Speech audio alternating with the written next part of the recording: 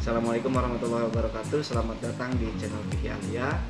Pada video kali ini kita akan membahas tentang hukuman yang diberikan kepada pelaku pencurian.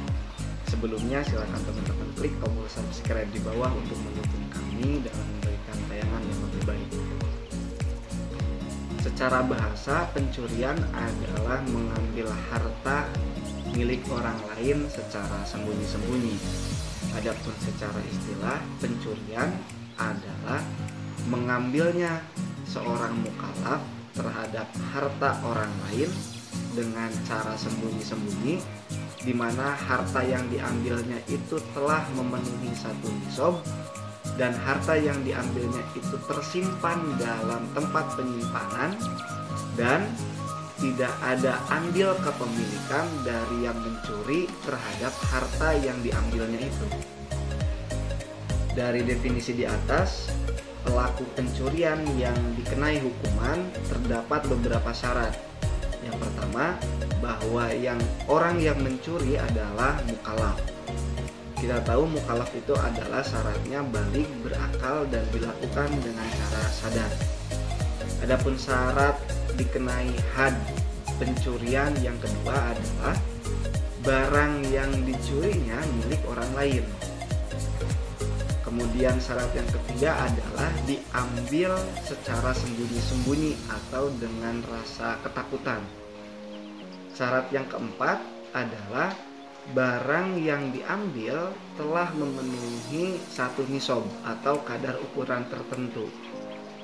Kemudian syarat yang kelima, barang yang diambilnya itu disimpan di tempat aman oleh pemiliknya.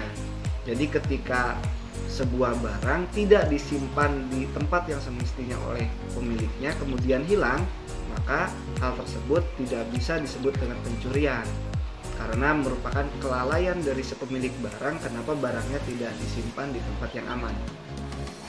Apabila barangnya sudah ditempatkan di tempat yang aman kemudian hilang, maka baru disebut dengan pencurian dan pencurinya dapat dikenai hukuman. Syarat yang kelima, pencuri tidak mempunyai andil kepemilikan atau sama-sama memiliki barang yang diambilnya. Misalkan ketika ada satu mobil dimiliki oleh dua orang, misalkan si A dan si B. Mobil berada di posisi rumah si A. Kemudian si B tanpa pengetahuan si A mengambil mobil tersebut, maka hal itu tidak disebut dengan pencurian karena si B masih memiliki andil kepemilikan terhadap mobil itu. Untuk membuktikan syarat-syarat pencurian seperti di atas yang telah disebutkan tadi terpenuhi, maka butuh pembuktian untuk kasus pencurian. Ada 3 hal yang dapat membuktikan terjadinya pencurian. Pertama adalah adanya 2 orang saksi laki-laki yang adil, kemudian adanya pengakuan dari si pencuri, terakhir adanya sumpah dari orang yang barangnya dicuri. Jadi ketika seorang pencuri menolak tuduhan bahwa dirinya telah mencuri tapi dia tidak mau sumpah, maka hak sumpah berpindah kepada orang yang barangnya dicuri.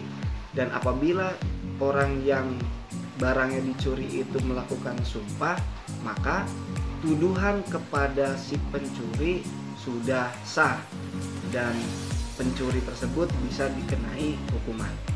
Adapun hukuman bagi pencuri yang telah memenuhi syarat-syarat tersebut adalah dipotong tangannya sebagaimana yang diterangkan dalam firman Allah Subhanahu wa taala, wasariqu wasariqatu faqta'u aydiyahuma jazaan bima kasaba nakalam minallah wallahu azizun hakim. Laki-laki yang mencuri dan perempuan yang mencuri, maka potonglah tangannya sebagai balasan dari apa yang telah mereka lakukan dan sebagai siksaan dari Allah Subhanahu wa taala. Dan Allah adalah zat yang maha perkasa dan maha bijaksana. Adapun teknis pemotongan tangan, para ulama berpijak pada sebuah hadis yang diriwayatkan oleh Imam Daruqutni bahwa Rasulullah Shallallahu Alaihi Wasallam bersabda, jika seseorang mencuri maka potonglah tangannya. Apabila dia mencuri untuk kedua kali maka potonglah kakinya. Lalu kemudian apabila seseorang itu mencuri ketiga kali maka potonglah tangannya. Dan apabila mencuri lagi yang keempat kali maka potonglah kakinya.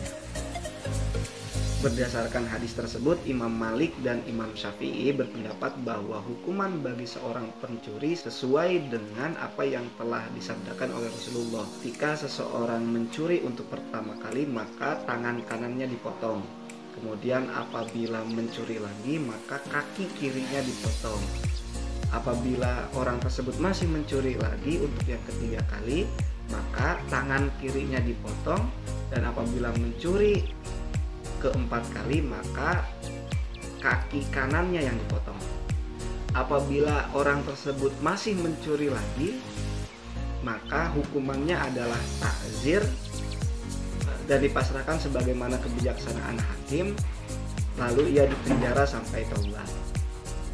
Sedangkan pendapat Imam Abu Hanifah dan Ahmad bin Hambal mengatakan bahwa batas pencurian itu hanya 2 kali. Jadi ketika seseorang mencuri, orang tersebut harus dipotong tangan kanannya untuk yang pertama, dan ketika mencuri yang kedua maka harus dipotong kaki kirinya. Adapun ketika orang tersebut melakukan pencurian untuk ketiga kali dan seterusnya maka berlaku hukum ta'zir. Adapun nisab barang yang dicuri, mazhab Imam Abu Hanifah berpendapat bahwa kadarnya adalah 10 dirham.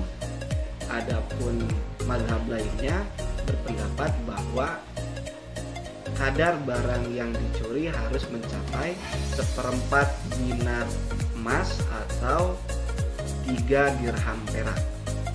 Ketika barang yang dicuri nilainya sama dengan 10 dirham atau 1/4 dinar emas, maka orang yang mencuri barang tersebut sudah dapat dikenai hukuman.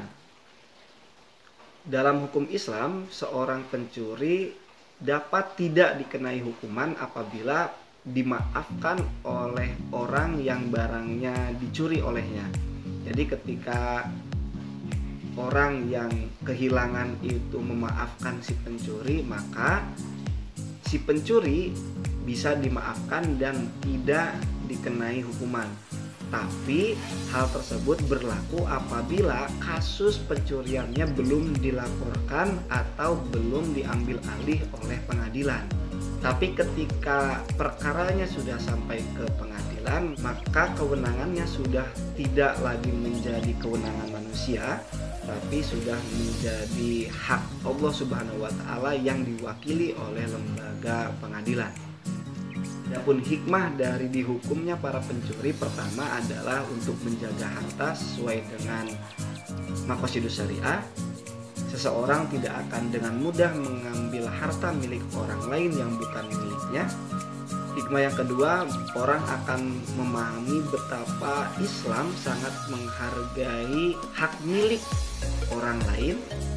Dan terakhir, hikmah dihukumnya pencuri adalah memberikan efek jera kepada pelakunya dan kepada orang yang akan melakukan hal tersebut agar tidak melakukan pencurian.